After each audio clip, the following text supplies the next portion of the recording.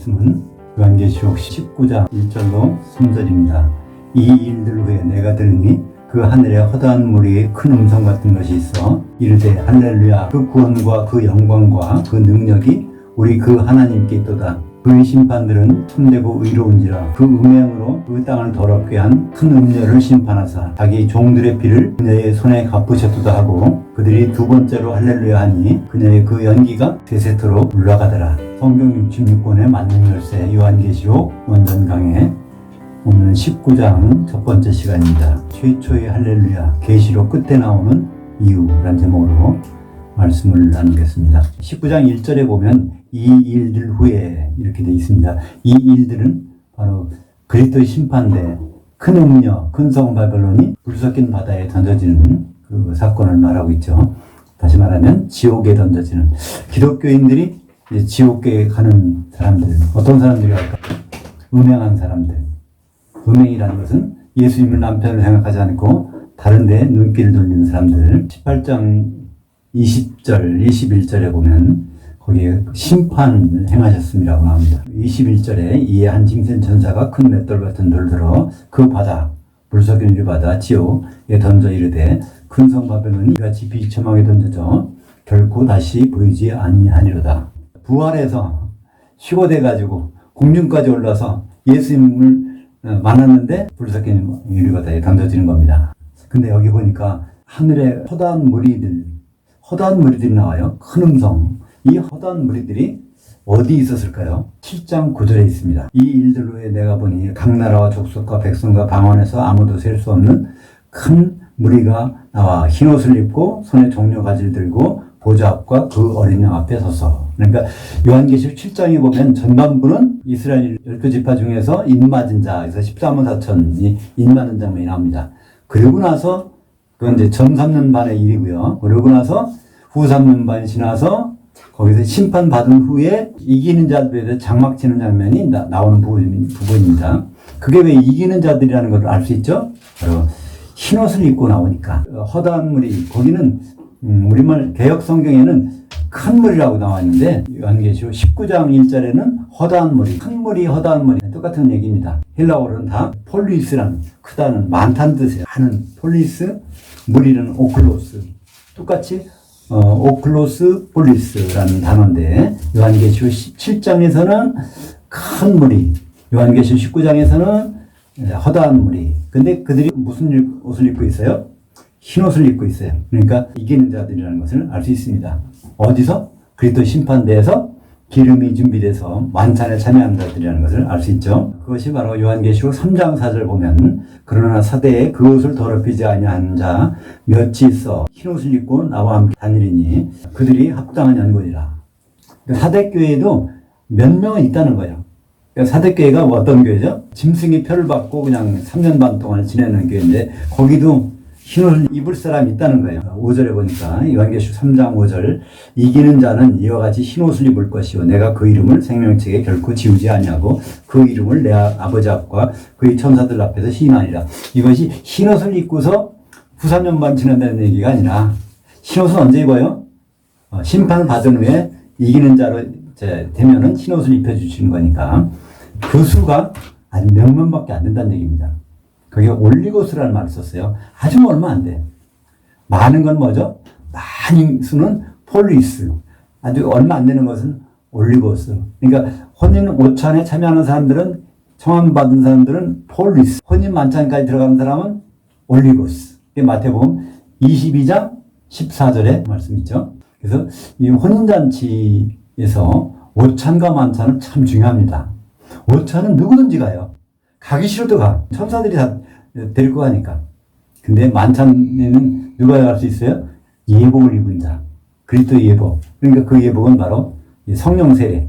성령 세례는 기름을 준비한 자들이죠. 마태복음 22장 2절. 천국은 마치 자기 아들을 위하여 혼인잔치를 베푼 어떤 왕과 같으니. 그러니까 혼인잔치 비유가 두 개가 나오죠? 22장에 나오고 25장에 나옵니다. 근데 22장의 4절에 보면 거기에 오찬이라는 단어가 나와요. 오찬. 혼인잔치 오찬. 그게 아리스톤. 22장 4절에 다시 다른 정도를 보내어 이르되 청한 사람들에게 이르기를 내가 그 혼인잔치를 준비하되 나의 소와 살찐 짐승을 잡고 모든 것을 갖추었으니 그 혼인잔치들의 오소서 하라 하였더니, 그러니까 길거리 나가서 만나는 사람마다 다 불러드리는데 그건 혼인잔치 오찬. 그게 바로 공중의 신부실이에요. 공중의 신부실까지는 하나님의 아들들, 하나님의 자녀면 다 거기 가는 거예요. 근데 마태복음 22장 14절. 청함을 받은 자들은 많되 택함을 입은 자들은 적으니라. 그러니까 폴리스 올리고스. 청함을 입은 자들은 어디에? 오찬에. 택함을 입은 자들은 어디에? 만찬에. 이 만찬이라는 단어가 요한계시록 19장 9절에 나옵니다. 데이프논. 요한계시록 19장 9절. 그 천사가 내게 말하기를 기록하라. 그 어린 양이 그 혼인잔치 그 만찬에 데이프논에 청함을 받은 자들은 복이 두다 하고, 또 내게 말하되 이것은 그 하나님의 참되신 말씀이라 하기로. 19장 1절 하반절에 보면 이르되 할렐루야. 여기 할렐루야가 처음 나와요. 구약 성경에도 할렐루야가 나오는데 어디 나올까요? 구약 성경에 창세기 안 나와. 할렐루야는. 물론 이제 출애굽기 가서 할렐루야 안 나와요. 물론 하나 데힐라라는 단어 나오는데 할렐루야까지는 안 나와. 성경 어디에도 안 나오는데 딱 한 곳에만 나와요. 시편 104편에 가서 비로소 처음 할렐루야, 그다음에 마지막 150편에 가서 할렐루야. 그러니까 할렐루야는요 흔한 게 아니에요. 아주 할렐루야는 굉장히 귀한 거야. 왜 귀할까요? 하나님의 영광이 드러나는 게 아무 때나 드러나는 것이 아니거든. 그 비밀이 드러나는 것이. 그러니까 시편은 맛복이란 말이에요. 시편은 그게 맛복이야. 언젠가는 그런 일이 있을 거라는 맛복인데 그 실제로 신약시대에 일어나는 건 언제 일어날까요? 바로 19장 1절에 처음으로 할렐루야가 나옵니다. 그러고서 나오는 것이 그 구원과 혼의 구원이 현장이라는 거예요. 여기가 그 영광과 그 능력이 우리 하나님께 있다. 이것을 이뤄낸 분이 전능하신 하나님께서 이 일을 비로소 이뤄냈다는 것이 이게 할렐루야. 누가 부른다고요? 이기는 자들. 허다한 말이니까, 그죠? 흰옷을 입은 이기는 자들이 다른 사람은 부를 자격이 없어서, 불섞임 유료받아 들어간 사람은 할렐루야 한 번도 못 불러와. 그죠? 이건 혼인잔치를 본 사람만이 할렐루야를 부를 수 있으니까 그렇습니다. 구원이라는 거는요, 맨 처음에 나오는 것이 영의 구원. 베드로전서 1장 3절. 우리 주 예수 그리스도의 아버지 그 하나님을 찬송하리로다. 그의 많으신 긍휼대로 우리를 거듭나게 하사. 다른 말로 하면 영의 구원을 받는 거죠. 그 영의 구원은 성령이 아니에요. 성령 오시기 전에부터 이건 있었어. 뭐로? 아버지 하나님의 긍휼로. 누굴 시켜서? 천사를 시켜서 가시겠죠? 예수 그리스도를 죽은 자들 가운데 부활하게 하심으로 말미암아 산 소망이 있게 하시며, 결국 영의 구원을 받으면 혼의 구원을 받는 데까지 산 소망이 있다는 거예요. 4절 보면 베드로전서 1장 4절에 썩지 않고 더럽지 않고 쇠하지 아니하는 유업을 잊게 하시나니. 이건 무슨 말일까요? 육신의 몸으로 받는 유업이 아니야. 우리가 죽고 부활할 때 영의 몸을 입고 공중에 가서 받을 유업, 이 기업이라는 거예요. 없어지지 않는 기업, 이 교회를 말하고 있죠. 결국은 이 교회가 공중에 올라가서 천년왕국 동안에 통치하는 그런 일이 있는 것입니다. 그게 어디 있다고요? 베드로전서 1장 4절 하반절에 곧 너희를 위하여 어디에? 하늘 들에 간직하시면. 셋째 하늘에 있는 게 아니에요. 절대로. 하늘들. 말하자면 공중에 있다는 거예요. 공중에. 우리가 주님을 만나서 바로 공중에서 혼잔치가 벌어지고, 그때부터 천년왕국 때는 공중에서 하늘들에서 통치합니다. 누구를? 지상에 있는 불신자들. 나머지 기독교인들은 어디가 있죠? 심판받은 다음에 지옥에가 있으니까. 그것은 그러니까 베드로전서는 이걸 자세히 기록했어요. 이 시기가 언제냐면 너희는 5절에 말세에 나타나기로 예비하신 구원. 그러니까 이 혼의 구원은요, 예수님 오셔야 나타나는 거야. 영의 구원 받은 사람이 나는 혼의 구원까지 받았다. 이건 거짓말이에요. 혼의 구원은 말세, 예수님 오실 때 나타나는 거야. 이 혼인잔치 들어간 사람이 혼의 구원을 받은 거니까, 만찬에 들어간 사람이. 말세에 나타나기로 예비하신 구원을 얻기 위하여 믿음으로 말미암아 하나님의 능력으로 보호하심을 받았느니라. 그래서 이 말세에 나타날 구원을 그때 가서는 어떤 것이냐면 아주 말할 수 없는 기쁨으로 기뻐한다는 거예요. 그러므로 너희가 이제 여러 가지 시험으로 말미암아 잠깐 근심하게 되지 않을 수 없으나 오히려 크게 기뻐하소서. 여기에 이제 아갈리아오라는 동사, 명령이니까 아갈리아스테. 이거는 아주 말할 수 없는 기쁨이야. 분수처럼 솟아나, 속에서 솟아나. 어떤 사람, 다른 사람이 보면 그 사람 정신이 좀 어떻게 됐나 할 정도로 그 단어가 바로 아갈리아오. 그걸 명령이 아갈리아스 때 이건 맞아. 그러니까 정신 놓고 기뻐하는 거예요. 그런 일이 언제 일어날까요? 혼의 구원을 생각할 때, 그죠? 말세에 일어날 구원을 생각하면 그걸 베드로전서를 받는 수신자들은 어떤 사람인가요? 여러 가지 시험으로 말미암아까지 근심하고 있는 사람들이야. 그 사람이 이 환경을 보면 도저히 기뻐할 수 없어. 근데 말세에 나타나볼 그 구원을 받아보는 사람들은 아갈리아오 그렇게 한다는 말이에요. 이 아갈리아오가 어디 나오는 동사인지 아세요? 결국 19장에 할렐루야 하면서 그 혼인잔치에서 우리가 즐거워하고 크게 기뻐하지 그때 나오는 단어예요. 그래서 7절 베드로전서 1장 7절에 보면 너희의 믿음의 단련, 그러니까 이 어려운 것들은 결국 믿음을 단련시켜서 그 혼의 구원을 잇는 단련을 받고 있는 것이라는 것입니다. 너희 믿음의 단련은 불로 연단해도 없어질 금보다 더 귀하여. 정금이 나오려면 얼마나 불로 연단해요. 근데 그거 이유가 아니라는 거예요. 우리가 받는 단련은 이거는 금보다 훨씬 귀하게 되는 혼의 구원을 받는 그런 단계를 나타내는 것입니다. 8절에도 예수를 너희가 보지 못하였으나 사랑하라. 이제도 보지 못하나 믿고 말할 수 없는 영광스러운 즐거움으로 크게 기뻐하라. 우리나라 번역에는 크게 기뻐한도다 이렇게 평서문, 서술문을 번역해놨어요. 그러니까 베드로전서를 아무리 읽어봐도 감동이 없어. 왜냐면 크게 기뻐한도다 그러니까 기뻐하라고야. 내가 기뻐할지 안 할지를 결정해갖고 나타낸 거잖아요. 그죠? 이 명령이에요. 이거는 현재는 명령이야. 아주 크게 기뻐하라. 어떤 시험이 와도 어떤 단련이 와도 그것이 앞으로 있을 그 즐거움을 위해서 있는 것이니까 아주 크게 기뻐하라. 그래서 9절 나오지. 베드로전서 1장 9절. 믿음의 결국은 혼의 구원을 받습니다. 그래서 베드로전서 1장 3절부터 9절은 한꺼번에 연결되는 거예요. 그러니까 거듭난 사람들이 결국은 어디까지 가야 되냐면 혼의 구원까지 가야 돼. 그 과정에서 우리는 큰 기쁨을 생각하고 이제 그거를 단련의 과정을 지나간다는 것입니다. 19장 1절에서 허다한 머리가 큰 음성을 내잖아요. 이게 요한계시록 7장 10절에도 있어요. 그러니까 7장 10절에서 흰 옷을 입은 자들 큰 무리가 요한계시록 19장 1절에서 큰 무리란 말이야. 그들이 막 소리를 내는 거예요. 이게 요한계시록 7장이 어떤 장면이고 요한계시록 19장 1절이 어떤 장면이 아니라 똑같은 장면인데 요한계시록 7장에서는 이렇게 표현하고 요한계시록 19장에서는 이렇게 동시간대에 같은 사건이 일어나는 것을 이렇게 표현하고 있는 것입니다. 요한계시록 7장 9절을 큰 소리로 외쳐 이르되 구원이 보좌에 앉으신 우리 하나님과 그 어린 양이 있도다. 그러니까 요한계시록 19장의 구원이나 요한계시록 7장 10절의 구원이나 그러니까 어떤 구원이에요? 혼의 구원. 그죠? 혼인잔치를 만나서 그 기쁨에 가지고 큰 소리로 찬송하는 거예요. 소리를 크게 내는 것이 아니라 이 저절로 크게 나오는 거예요. 아갈리아오 하면은 이게 저절로 큰 소리가 나는 거예요. 그래서 할렐루야. 그러니까 할렐루야는 무슨 뜻이라고 했습니까? 할렐. 그럼 할랄의 명령이에요. 할랄은 자랑하다, 뽐내다, 칭송하다 그런 뜻이에요. 하여튼 어떤 자랑하려면 그 자랑거리를 보고서 하는 거잖아요. 그죠? 억지로 자랑할 수는 없잖아요. 자랑거리. 그러니까 자랑하라. 그런 뜻이고, 할렐. 우 하면 뭐죠? 여러분, 너희들은. 야는 뭐죠? 야훼, 여호와 하나님. 너희들은 야훼 하나님을 자랑하라. 그러니까 여호와라는 뜻이 뭐죠? 성취하시는 자. 성취하시는 분이 드디어 성취물을 만들어냈는데 그걸 보니까 자랑하고 뽐내지 않을 수가 없다는 거예요. 그래서 나온 단어가 할렐루야입니다. 그러니까 할렐루야는 절대로 인사말이 아닙니다. 그냥 우리가 길 가다가 할 수 있는 거 아니에요. 어떤 사람 만났다고 할 수 있는 거 아닙니다.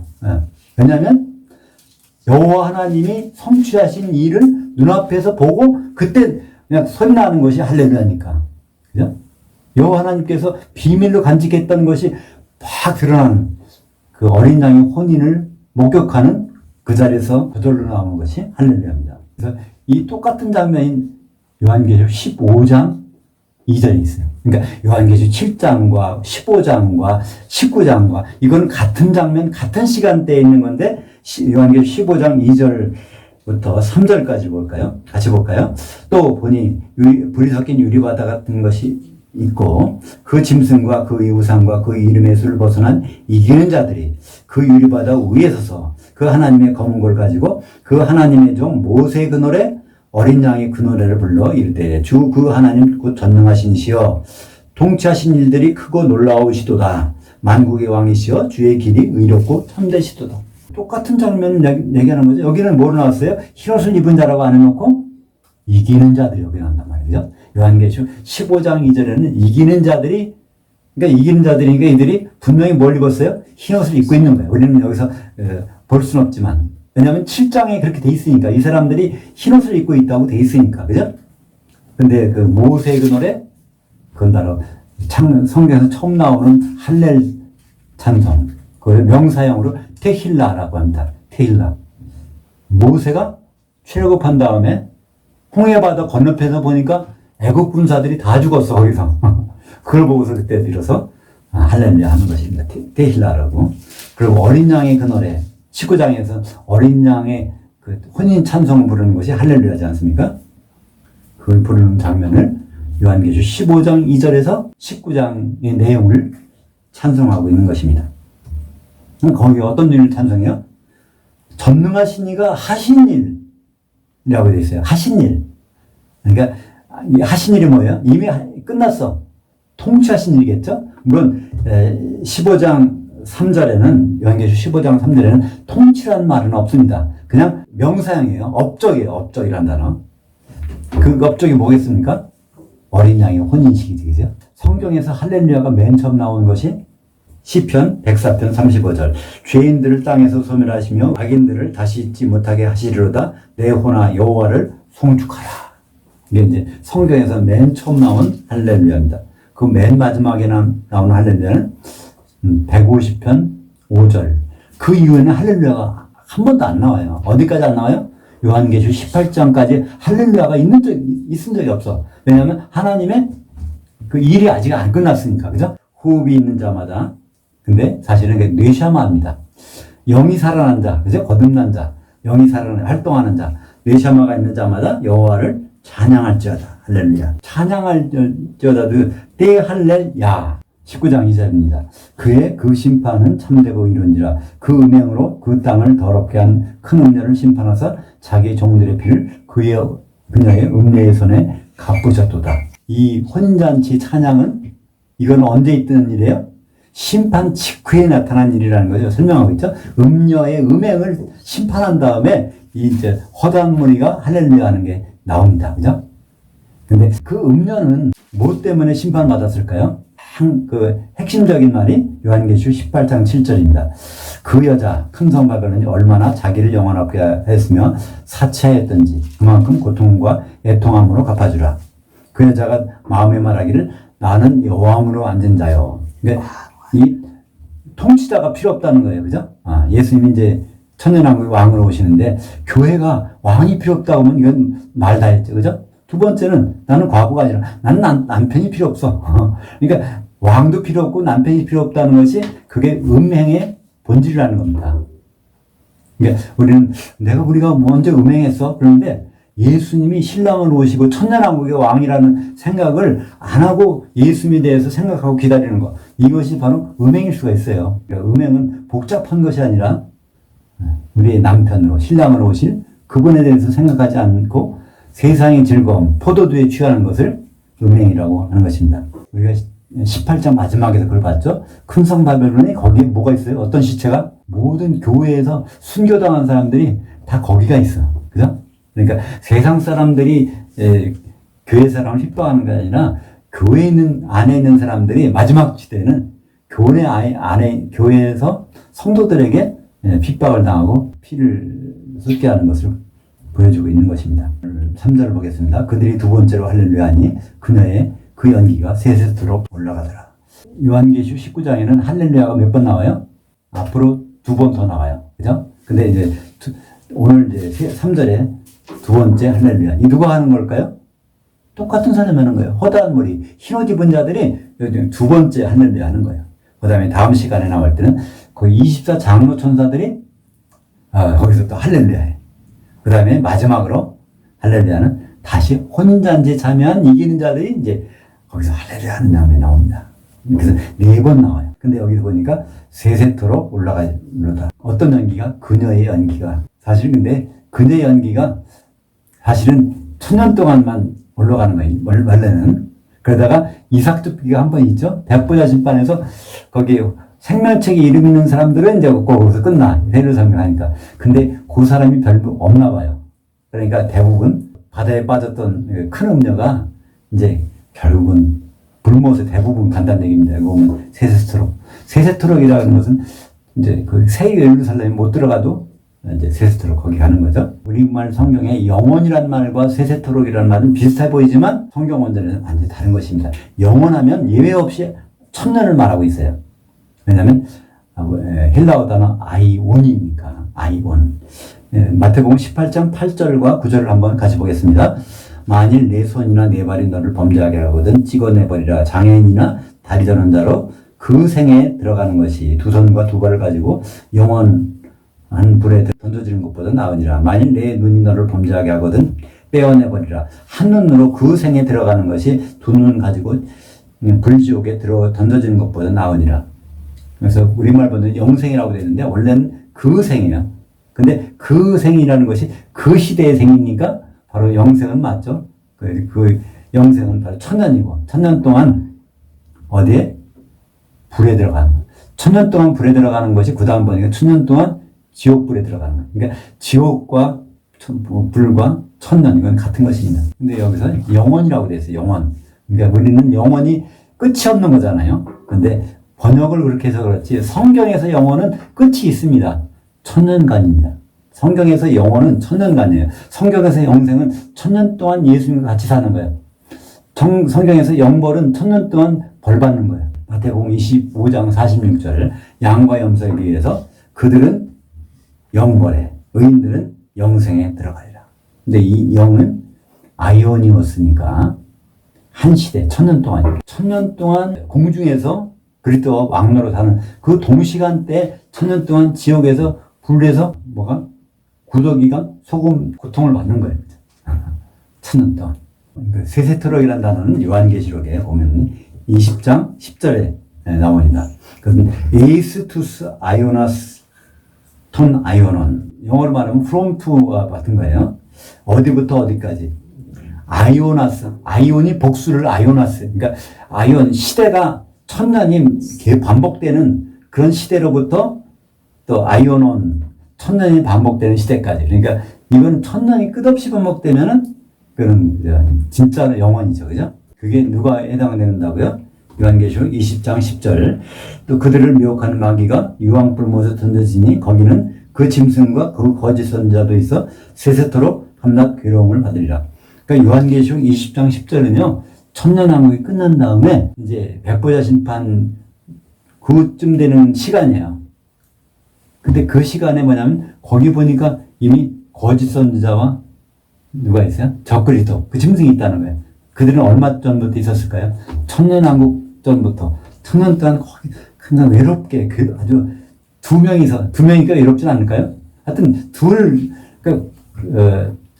불못은 백보자 심판 때 있는 것이 아니라 천년왕국 시작할 때 시점부터 불못은 있습니다.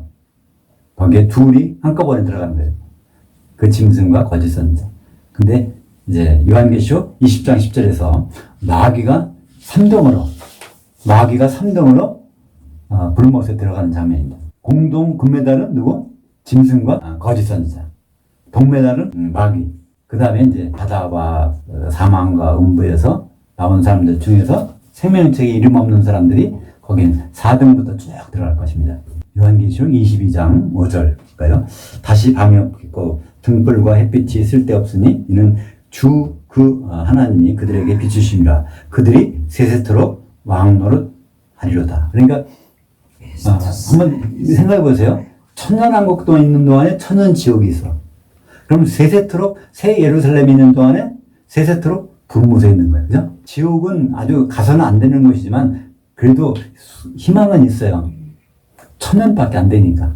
근데 불못은요, 거기는 끝이 없는 기간이에요. 그건 소망이 없는 거예요. 근데 이 영원과 세세토록은 분명히 구분됩니다. 영원은 한 시대, 천년을 말하죠. 그리고 셋스러운 끝이 없는 시간들을 말씀하고 있습니다. 오늘 우리는 성경에서, 신약 성경에서 처음으로 만나는 할렐루야를 봤습니다. 그건 누가 부른다고요? 흰옷을 입은 이기는 자, 허다한 무리들. 그러니까 우리가 이기는 자가 되어야 되는 이유가 여러 가지 있지만은 할렐루야를 한번 불러보고 싶다면, 우리 이렇게 의미 없는 할렐루야 말고 정말 주님 만나서 할렐루야 찬양을 부르고 싶다면 우리는 이기는 자가 되어야 되고, 예수님의 일을 끝까지 지켜보아야 되고, 그러려면 우리는 성령의 기름을 준비하고 그 자리에 서야 될 것입니다. 그게 없으면 할렐루야를 절대 부를 리가 없어요. 우리는 할렐루야를 준비하는 성도들이 되어야 될 것입니다. 기도하겠습니다. 하나님 아버지 감사합니다. 오늘 성경에서 처음 만나는 할렐루야를 목격했습니다. 흰옷을 입은 허다한 무리, 이기는 자들이 할렐루야를 찬송하며 혼의 구원을 찬송하고 있는 모습, 우리가 그 자리에서 그 찬송을 부를 수 있도록 인도하여 주시옵소서. 예수님 이름으로 기도합니다. 아멘. 하늘들에 계신 우리 아버지여, 아버지 이름이 거룩히 여김을 받으시오며 아버지 통치가 임하시오며 아버지 뜻이 하늘에서 이루어진 것 같이 땅에서도 이루어지이다. 오늘날은 우리에게 임박한 그 떡을 주시옵고 우리가 우리에게 빚진 자들을 용서해 준 것 같이 우리의 죄를 사하여 주옵시고 우리를 시험에 들지 말게 하옵시며 다만 그 악한 자에게서 구원하시옵소서. 대개 통치와 권능과 영광이 아버지께 영원히 있사옵나이다.